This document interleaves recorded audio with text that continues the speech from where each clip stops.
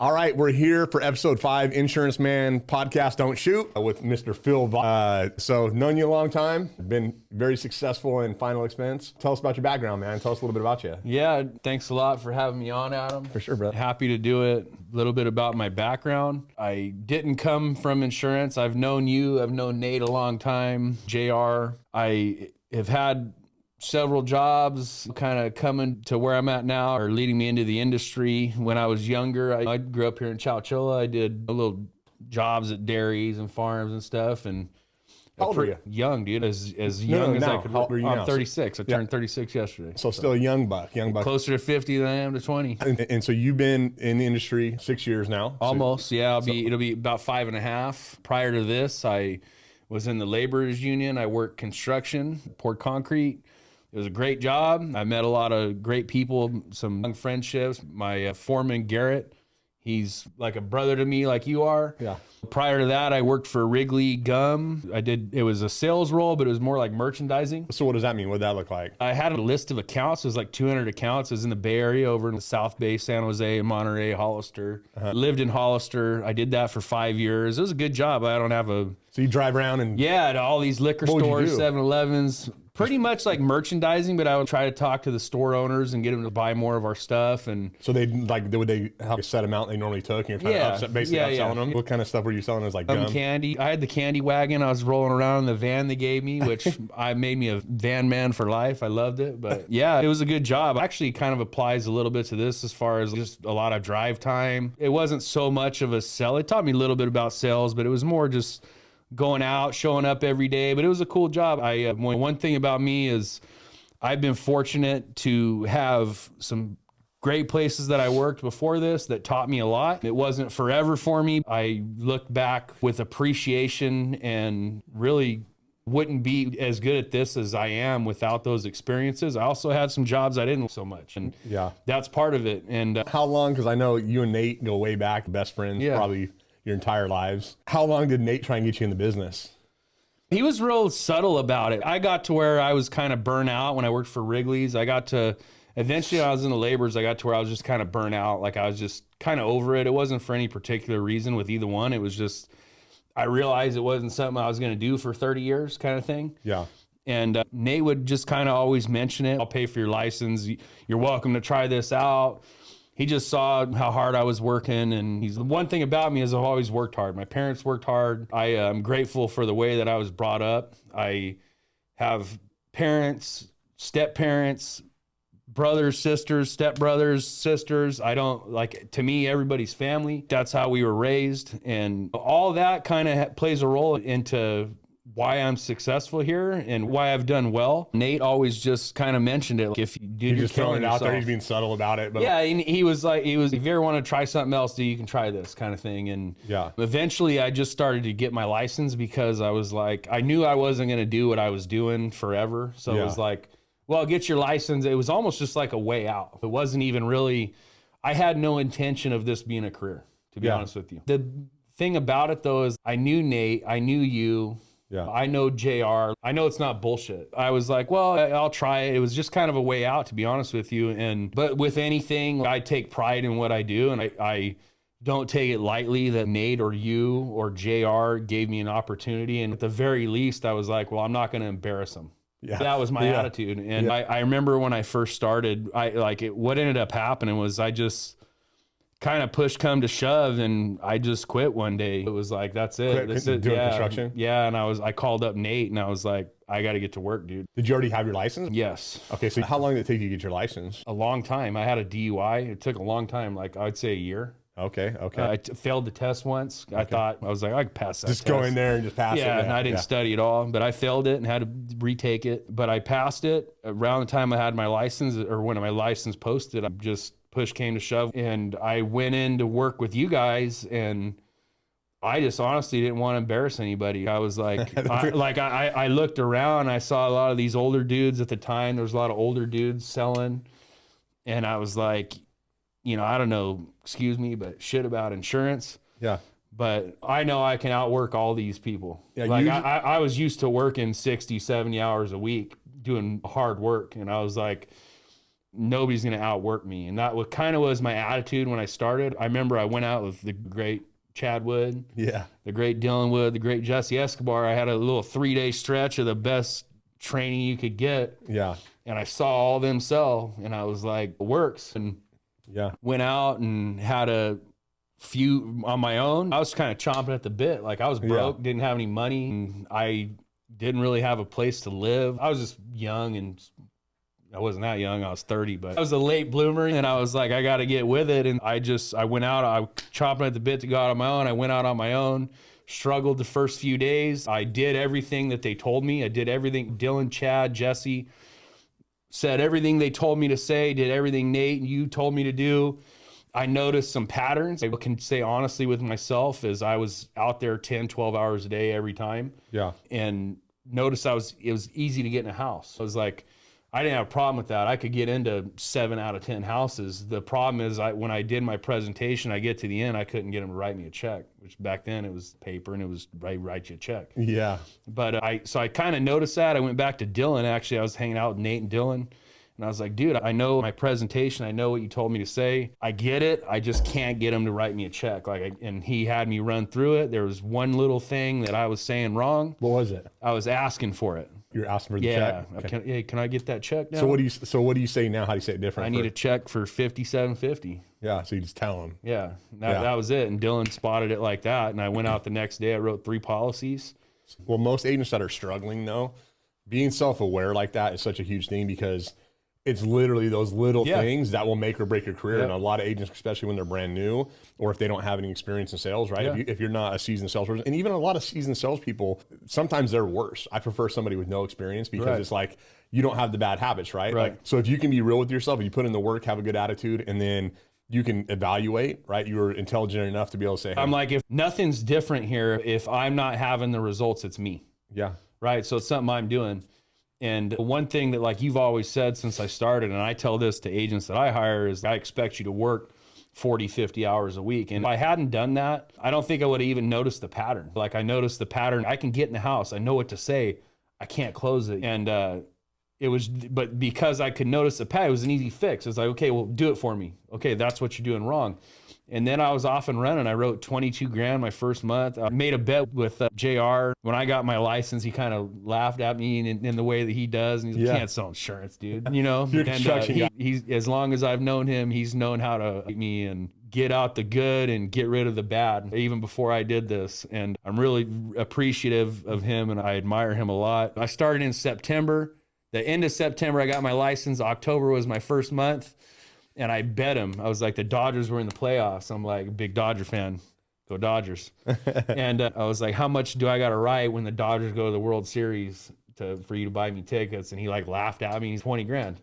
And I was hustling, dude, like that first month. Like, I was like, there's no way I'm not hitting that. And I ended up writing 22. And a month and a half into my career, I'm sitting at the World Series with my wife, Michaela. And that was a trip. I was sold. Like that was it. I was like, made more money that first month than I ever made in my life. And I'm sitting at the World Series. Yeah, that's dude. Well, dude, he did the same thing to me. So it was like when I first started, I told him, I'm like, I'm going to be your #1 agent. Right? I was like, and I came out, and then he calls me and he's, hey, just want to let you know, I got you on speakerphone. I'm here at a regional managers meeting. And I was like, I want you to tell him what you told me. And I was like, I'm going to be your #1 guy. And they like laughed at me and stuff, right? You get the chuckle and JR chuckling, right? And to me, I'm like, that's that motivation. It's like, now whatever I got to do. I was trying to write 40 grand my first month.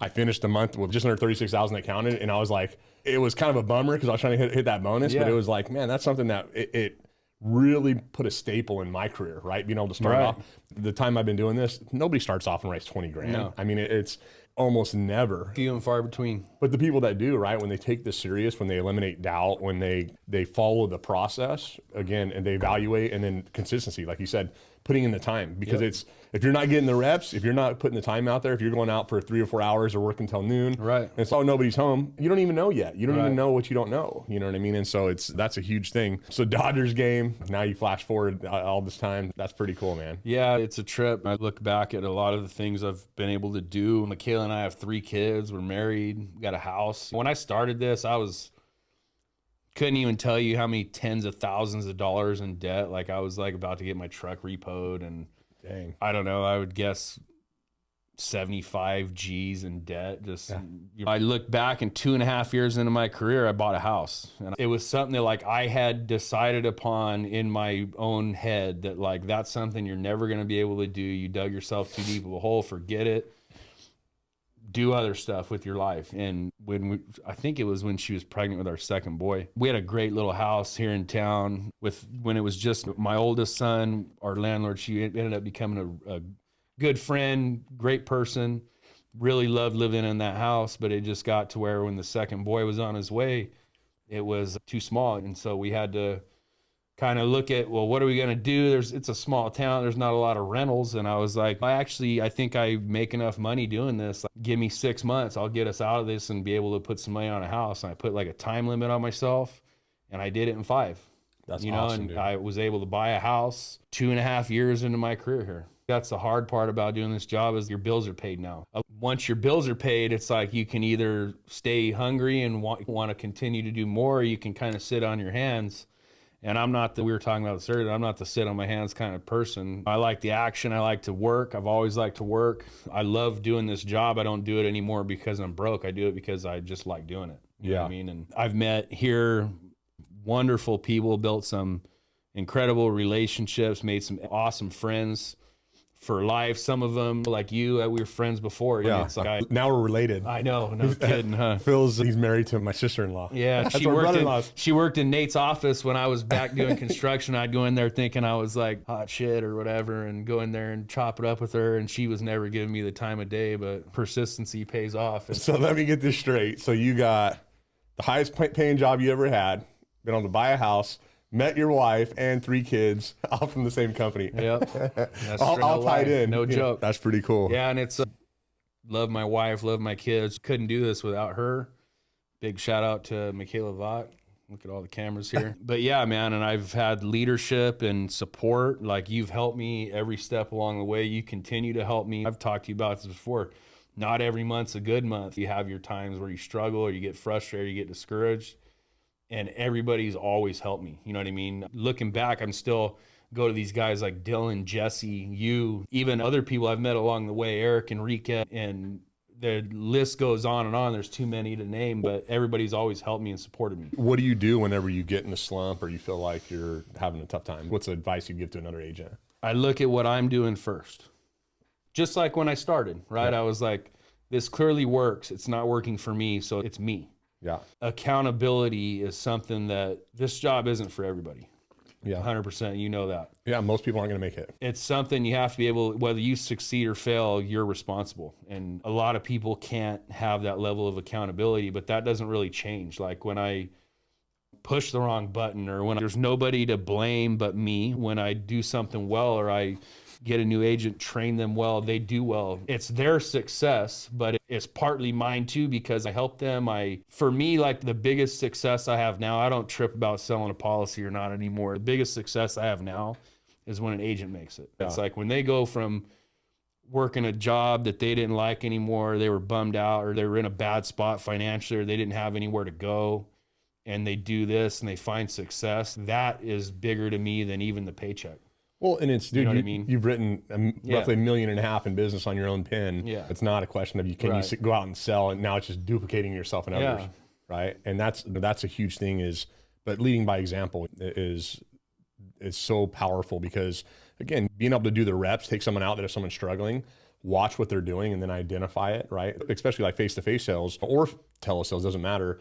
You have to have people that are monitoring what you're doing when you're not hitting benchmarks, and be willing to take the criticism and say, look, to me, the best thing that you said is anytime you're not getting results is because I'm the same way. It's you.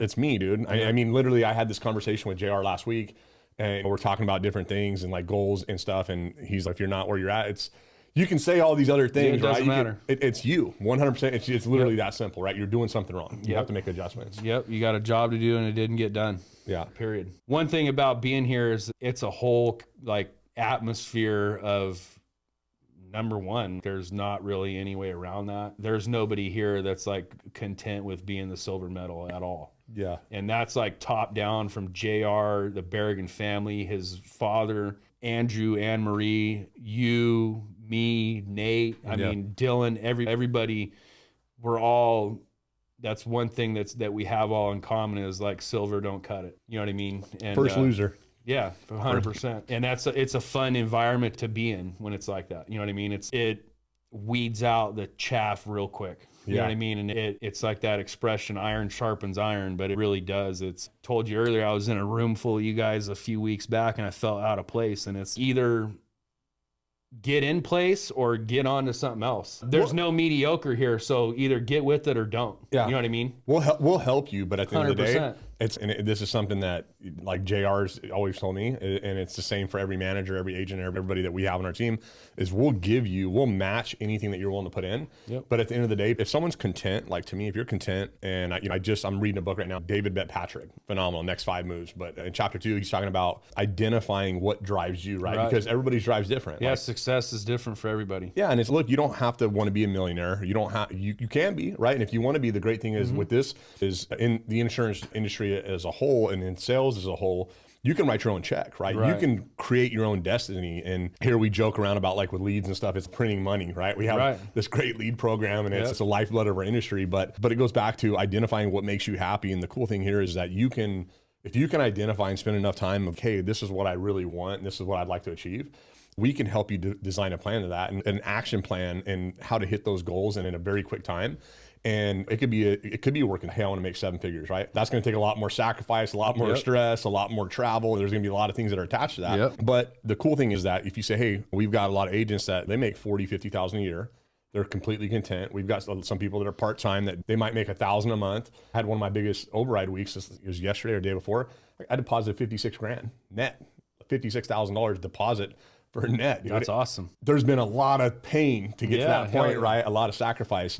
But it doesn't matter at what level you're at. And the cool thing is that we're not going to put anybody down for whatever their goals are. But you got to be honest with yourself and your manager. Yeah. And we're gonna keep growing. I mean, our bus is moving forward, and if you say, "Hey, I'm comfortable here," cool, we'll help you maintain that. But we'll grow around you. You know what I mean? We're gonna keep going. We want to be number one, and it's that desire to continually get better and improve, because we've all got to grow. We've all got things that we've got to get better at. If you're not growing, you're dying. Yep. Tell me a little bit about what specifically motivates you. What's like some of the biggest things? I know obviously your family and your kids and stuff, but have you ever drilled down on some of the biggest motivating factors for you? Yeah, for me, I kind of touched on it before. Like, I didn't want to embarrass Nate or you or anybody when I started. I take pride in what I do. Like anything, when I was in the laborers, I wanted to be the number one guy then. And I feel like I was definitely on any of the jobs. I got to that point where it was like Garrett and me. And it was like when I worked at Wrigley's, I wanted to be the number one sales manager. I drove shit trucks on a dairy when I was younger. I wanted to be the best shit truck driver there was. That's really what drives me with anything. First and foremost is I take pride in what I'm doing. But you know, I kind of was thinking about this earlier. I love being able to like take my wife and kids. I take them on these trips and we go on vacation. Where'd you just get back from? Bass Lake. I was there for a few days. We went up for Valentine's Day, rented a cabin. And happy birthday too, man. Thanks, brother. But yeah, I got a 4-year-old, a 2-year-old, and a newborn. The newborn hasn't really been too many places yet because she's a newborn, but they've been to Alaska twice. They've been to Hawaii. They've been to Vegas a bunch of times, Seattle, Oregon, LA, you name it. You know what I mean? 49ers games for the playoffs. We're going to a Dodgers game next month. I mean, it's more places than most people go in their life, and he's 4 years old. I want to show my kids anything you want to do is possible if you work for it. You know what I mean? And I love the time I'm able to spend with them, but one thing is, don't get it twisted, is I'm able to take that time and do those things because I put so much time in and effort when it's time for business. And most of the time it's time for business. So where do you, because again, that's the thing that I see a lot too, like agents, especially or people that are out in the field, they'll say, oh, well, I want leads that are 10 minutes from my house. Or they ask all the time, for people that don't know where we're at, Chachilla, is this thing on? Yeah. But we hear that all the time, right? And we've always been, we'll set the right expectation by telling them exactly what we expect. I've always told people, if you can't commit 40 to 50 hours a week, your chances of failure are much higher, right? You're probably not going to make it. And then if you're not willing to drive within an hour one way of home, this probably isn't the right career path for you. Yeah, there's very few places where that's an exception. But look, like I said, I've had some good jobs before this, that like jobs that most people would retire from, right? Yeah. Like the laborers was a great job. Wrigley's was a great company to work for. Both of those jobs, when I was in the laborers, I worked in the Bay Area for 2 years. And then I worked in Corcoran for a year and a half after that. That's an hour and a half, hour 45 minutes away. Were you staying in hotels or driving? No, driving. I mean, in the Bay, sometimes I'd stay in a hotel, sometimes I'd drive. But you're driving 2.5, 3 hours just right. to go to I mean, just to go to work. You know what I mean? One way. One way. Yeah. When I worked for Wrigley's, it was like, well, you're going to work in San Jose and you're going to relocate. And I didn't have money to relocate, so I stayed in a hotel. Yeah. You know what I mean? And I covered the whole South. If you've never been to San Jose area, San Jose, Milpitas, Fremont, that's a long ways from Salinas, from Monterey. Yeah. I went over there because you make twice as much money. I didn't want to work in Fresno. It's not a knock on the Central Valley, but you get paid more in the Bay Area. Before I did that, when I was a kid, I worked for my buddy Eli's dad doing construction. That's really one of the first jobs I had. I did it for a long time.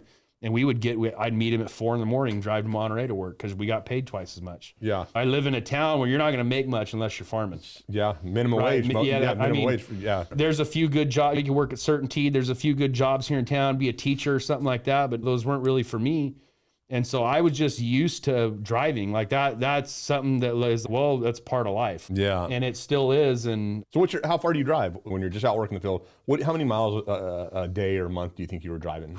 Say probably 200 miles a day, at least. That's probably a good average because some days I would drive 120 miles. Some days I would drive 300 miles in a day. Yeah. I got to where when I was a little better, could afford it a little more. If I went to Bakersfield, which is 2.5 hours away, I'd get a hotel. I'd go to Palmdale, I'd get a hotel. But right at the beginning, like you asked the question, like how far would you drive? I was broke. I would drive anywhere you told me to drive. Here's a good story. Adam, when I first started in September, you guys had a condo up by Seattle Airport, by SeaTac, and there's a town called Tukwila. And I got family that lives up there too, so I've always liked to go to Washington anyway. Well, you guys had all these leads up there, nobody to work them, and Adam did a contest. I think it was so I started in September, so October was my first full month, December, January. It was January. So 3 months in, I was like, hey, Adam did a contest. He was like, if you go out of town and work something like 100 leads. It was something like that in any of these designated states where you had a bunch of leads. If you wrote 15 grand, he'd give a $1,500 or 10 grand or something like that. I think it was 15 grand. He'd give a $1,500 bonus. Well, I went up to Tukwila. I was like, well, I'm going to jump on that. So I drove up to Washington, stayed in that condo and worked 10 out of 11 days. I took one day, I went with my sister and my niece to a Mariners game. But I worked 10 out of 11 days, full days.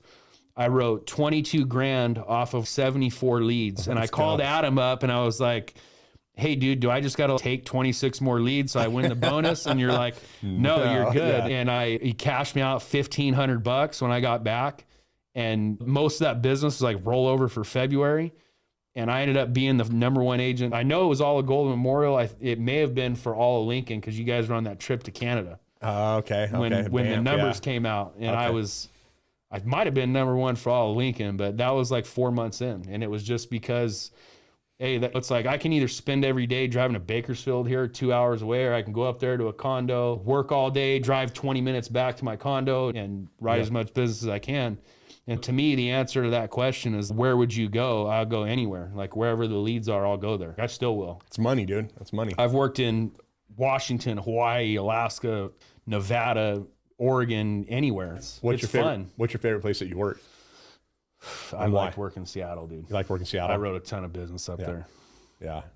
But we're not in Washington anymore. I know. Hawaii was great. Like Hawaii was tough though. You don't want to work. You want to go to the beach. It's like 3 o'clock rolls around. You're like, well, good day. We'll get them tomorrow, kind of thing. Yeah. No, but I got a good work ethic, so I stay out all day. It's like a principle of mine, especially when I'm with an agent. Like you said it yourself, you lead from the front. You know what I mean? You're not going to see me out with a brand new agent. Okay, well, 2 o'clock, time to go home. Yeah, ain't happening.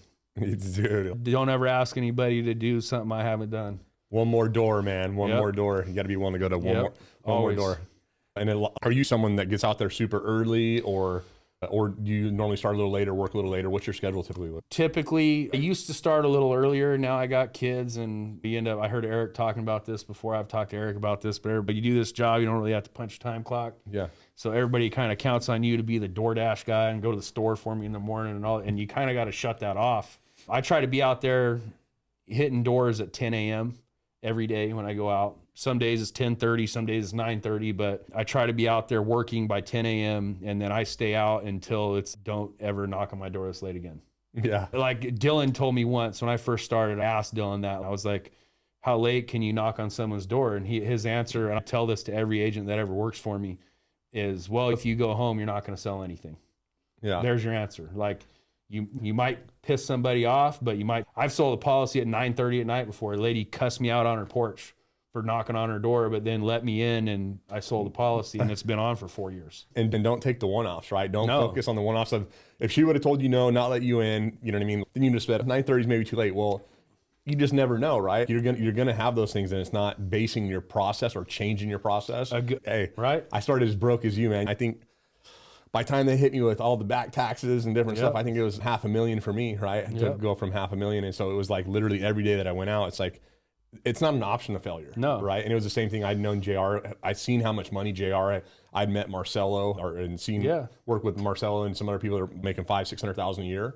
And it was like, if they can do it, right, if they've got this figured out, we don't got to reinvent the wheel. We just got to come in and put in the work. And the harder you work, the faster you can accelerate. And JR said, a lot of our managers, he goes, if you want to get to a certain point, like he told me, he goes, it could take you 10 years or it could take you 2. It's up to you. Like how bad do you want it? And how much are you willing to sacrifice to get it? That's right. And so that's what's really cool about this is it's whatever you want it to be. This opportunity can be whatever you want it to be. And you see guys come along too that haven't been there as long as you and they're catching up to you. And it's like, you're lagging, dude. It's look at yourself, like get with it. Yeah.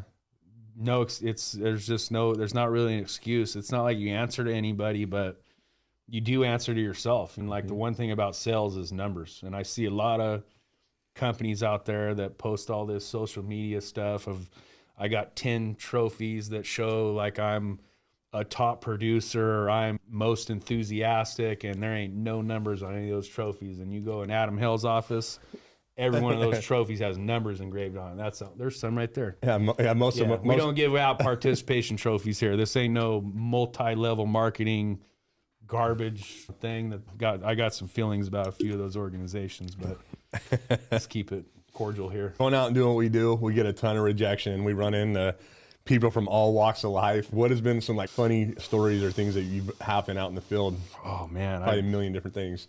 Man, a lot of them like you can't even really talk about on the air. Some of them get so crazy, but shoot, I told you this before. I'm not going to mention any names. I went out with somebody. He got a gun pulled on us, and then still sold the policy. That was day one for me. That was training day. I'm like, oh, okay, I can do this. Yeah, like I get it. You got to get paid. You sit there and deal with it, kind of thing. That was an extreme thing. When people realize what you're there for, majority of the time, it's not difficult to disarm people. You know what I mean? I tell all my agents this: is put yourself in their shoes, right? Like you show up at their house unannounced, like you don't know what they got going on. They could have gotten a fight with their wife. Who knows what they got going on? They're automatically on a good day, they're going to be guards up. Like, what are you doing here? Yeah. And you got to kind of, but once you break that down, most people are super cool. Most people. Yeah, majority of people are cool. It's some one-offs that are just unhappy people anyway. But yeah, man, I had a domestic violence incident go down. I was like locked in the garage. Still sold the policy though. But I had a lady the other day knock on my car window. Like I was in an apartment complex ready to go into a lead, and this lady knocks on my car window. It's like 2 weeks ago, and asked me for a ride to the store. And I'm like. She was an old lady. I felt bad. I was like, she's knocking on strangers' cars. I'm like, well, better me than someone else kind of thing. Yeah. I was like, well, yeah, I got an appointment though, but let me finish that up. And then if you're still out here, sure. And she's told me her apartment number. I was like, okay, so she lived there. I kind of thought maybe she was homeless or something, but she wasn't. She was just really friendly, nice lady. And that dude stood me up. I went over to her door, knocked on her door. She had me come inside. She had an injury recently. And she asked me for some help, like taking her trash out, like a couple things. She was an older lady, in her late 70s. And I'm like, she in the meantime starts asking me what I do. I tell her, and I need to get something like that, like for my son, so he doesn't have to do that. I put it off too long. I ended up selling her policy. Long story short, I did have to tell her at the end, like, ma'am, if you ever need something like that, I don't live here in Bakersfield, but I am here quite a bit. Yeah. Please don't ask strangers for rides to the store. Like me here. Yeah. Matter of fact, make sure your son has my number. Like I would like to speak with him. He needs to, You know, Yeah. I felt like I should like fill him in on what's going on here. And but Yeah. yeah, it was crazy, but she was a really nice lady and I was happy to help her out, and I'm happy to help her son out when the time comes. What's your approach getting in the door? What do you do? How do you run your leads? How do you get in the door? I pretty much just try to act like I'm there for an appointment. That's my demeanor, is like, hey, you sent this in. I'm here to see what you qualify for. Yeah. Here I am. And No, I don't want it, Phil. No, I changed my mind.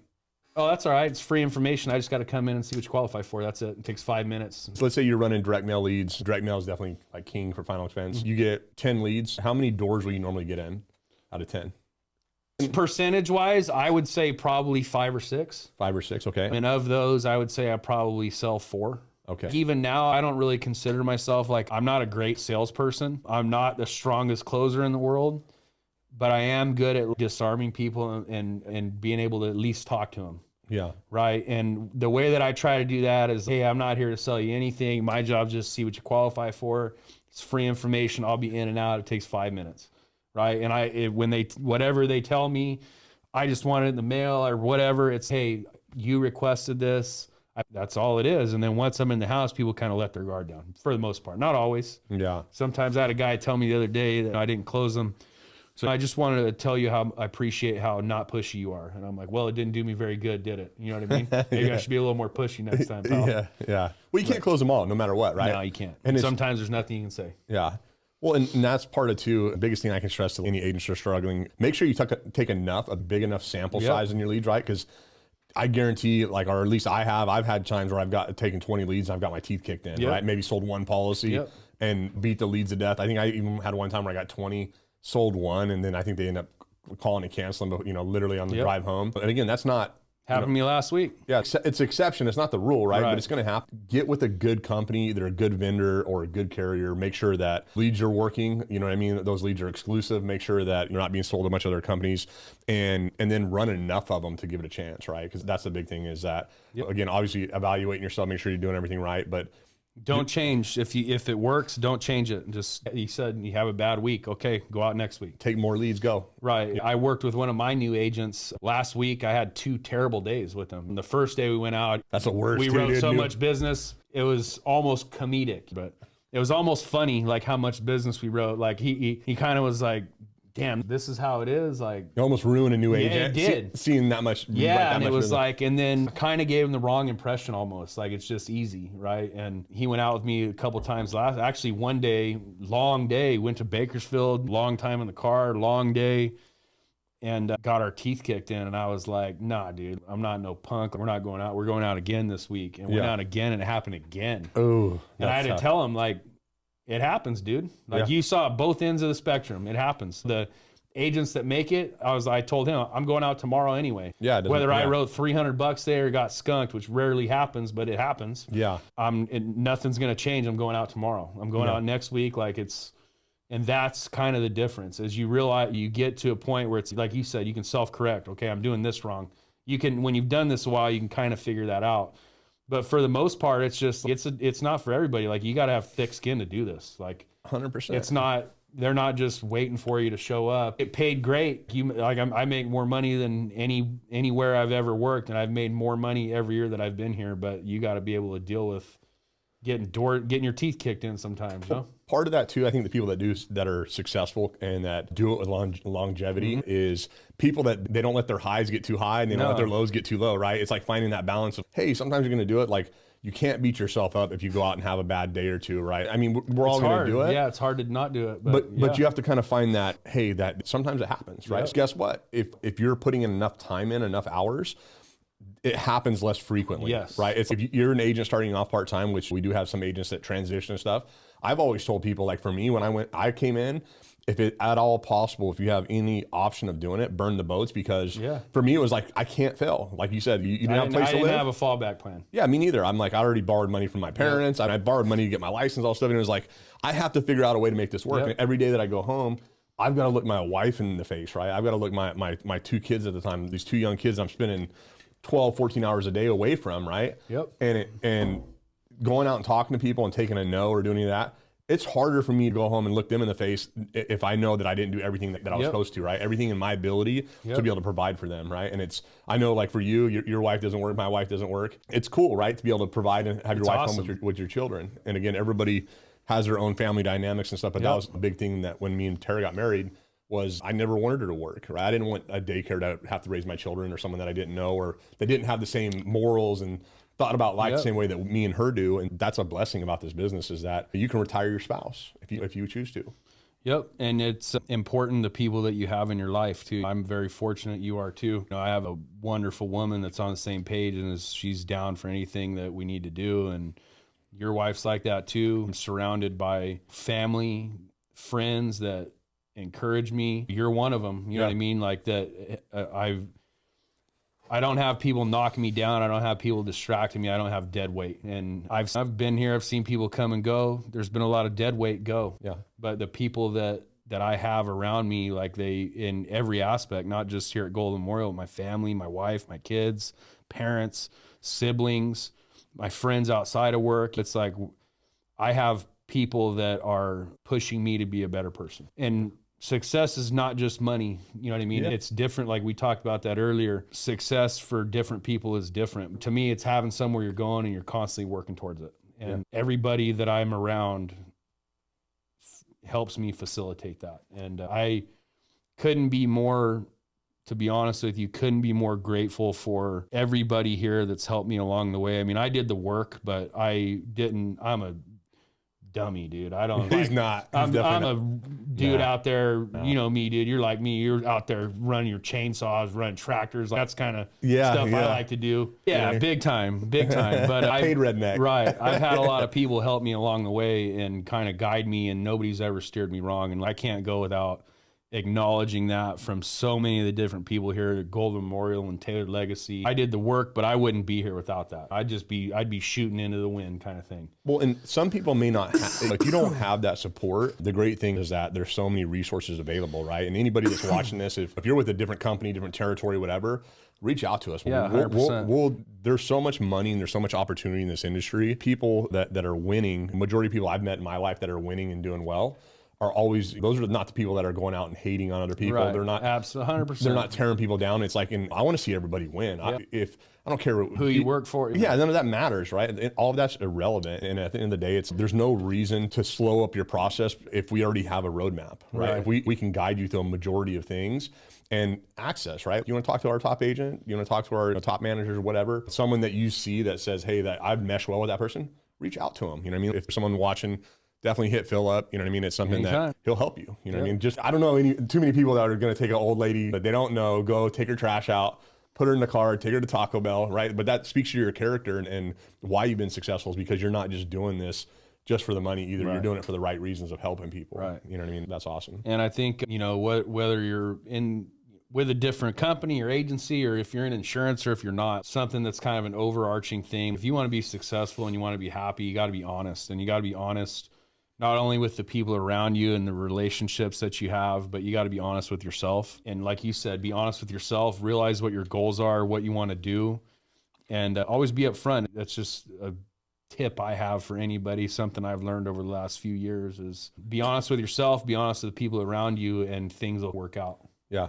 If you're not telling the whole truth, we can't help you, right? Yeah, 100%. We can't diagnose anything. Yep. Like at times I feel like I'm a therapist. Right. Like we wear all these hats, right? Like with the agents, and it's because we want to help them succeed. Dude, you know how many times I've called you and just been discouraged, or I'm not doing it right. I've called Nate. I call Nate daily. He's my direct manager. I call him, probably annoy him. I call him 3-4 times a day, good day or bad day. And Jesse, Dylan, like they've heard me just at the end of my rope before, and they've always helped me. And it's a great environment to be able to do that. It's great to have people like that around you. They're gonna pull you up, man. Not push you down, right? And that's anybody. That's why I was saying, like, reach out, because especially when you don't have the support at home, or maybe you have people in your life that are supporting you, but they don't understand the business, right? I've seen a lot of good agents fell out of the business because their spouse or maybe their parents or whatever whatever's going on. They didn't understand it, right? And it was like, look, if we can really just maybe open your mind a little bit about why you're working towards these things, like why certain things happen or why certain things are a certain way,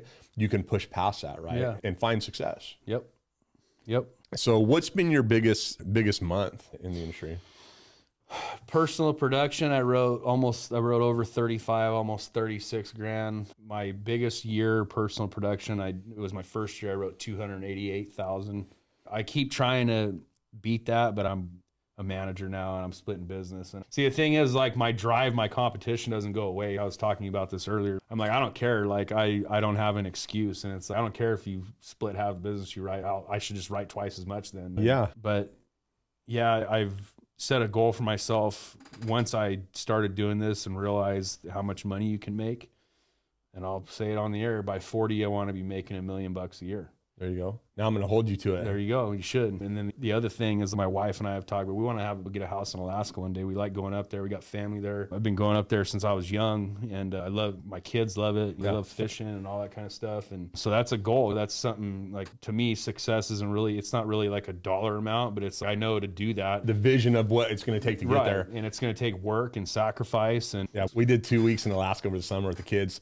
2 RVs. I think there was 7 of us, are just me, my wife, and our kids, and my boyfriend and girlfriends, and the kids. But phenomenal experience, right? And the thing was, like, when we planned our trip, the coolest thing about, like, this industry and what we do, it was, I booked my trip, and Tara could probably correct me on this, but I think it was like literally maybe 10 to 14 days. It was like a week and a half, 2 weeks before we went. I said, it's probably going to cost us about 25, 30 grand. We'll figure it out. Yeah. And we found some RVs online, and it was literally like, we're going to Alaska, right? And just such short notice, and we didn't have any plans. We didn't have anywhere to go. But then be able to spend 2 weeks, travel all over, do all these things that we wanted to do, and never have to answer for anybody, right? Never. I didn't have to call and say, hey, I need time off. I didn't have to worry about money. I was still getting paid while I was there, right? The business I built, the overrides, renewals, stuff like that. Still getting paid, right? So it's, hey, I can go spend a bunch of time, quality time with my family, get paid in the process. And there's not a lot of places that'll let you do that, man, to build that type of freedom. Nope. It's a lot of fun. And like I said, I've gone places doing this I never thought I would have gone. You know what I mean? And there's just more to come. It's, like, when our first trip that we qualified for was the Bahamas. Yeah.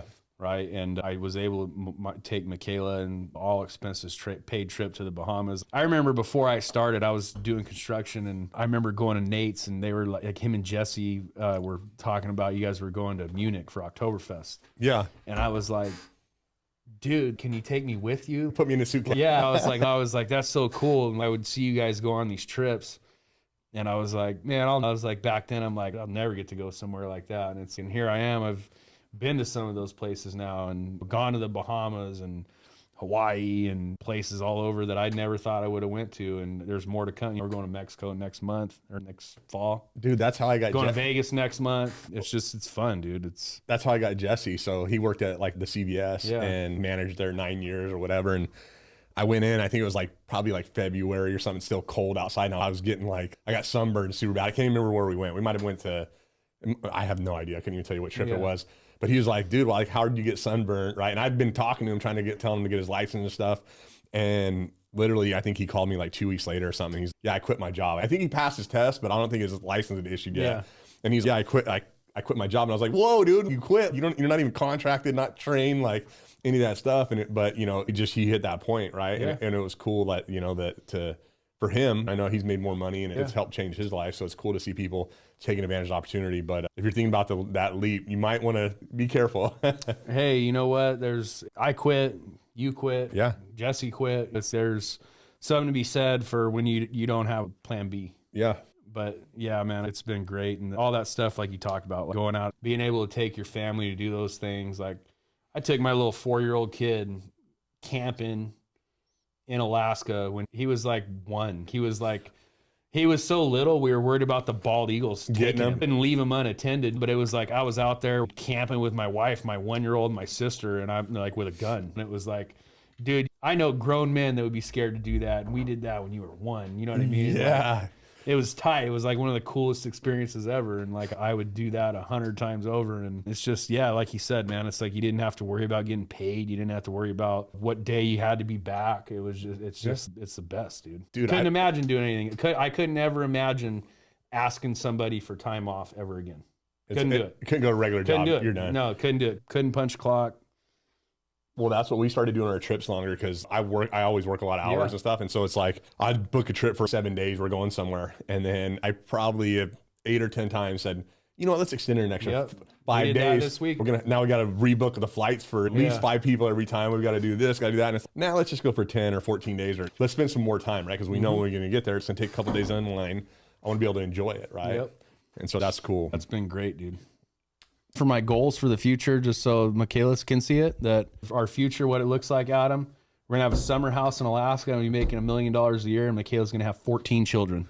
14 kids. 14 more. We've only got 36. I better get with it. You better get to work. I'm just kidding. We're cool right now. We love our kids, but we're good on them right now. Bob DePursuit told me this when I was a young kid working on his dairy. He told me, Phil, the only wrong decision you can ever make is to not make a decision. And always remember that. Tara was talking about like people you look up to. There's a lot of people that I have looked up to. He's one of them, but that's always stuck with me. A lot of the guys I work for, Wayne Tharp, my buddy Eli's dad, left an impression on me forever. Garrett, my old foreman at my old job, I admire him. I admire you. I admire JR. I admire Nate. Every one of those people. And there's a lot I didn't mention. My parents, there's a ton.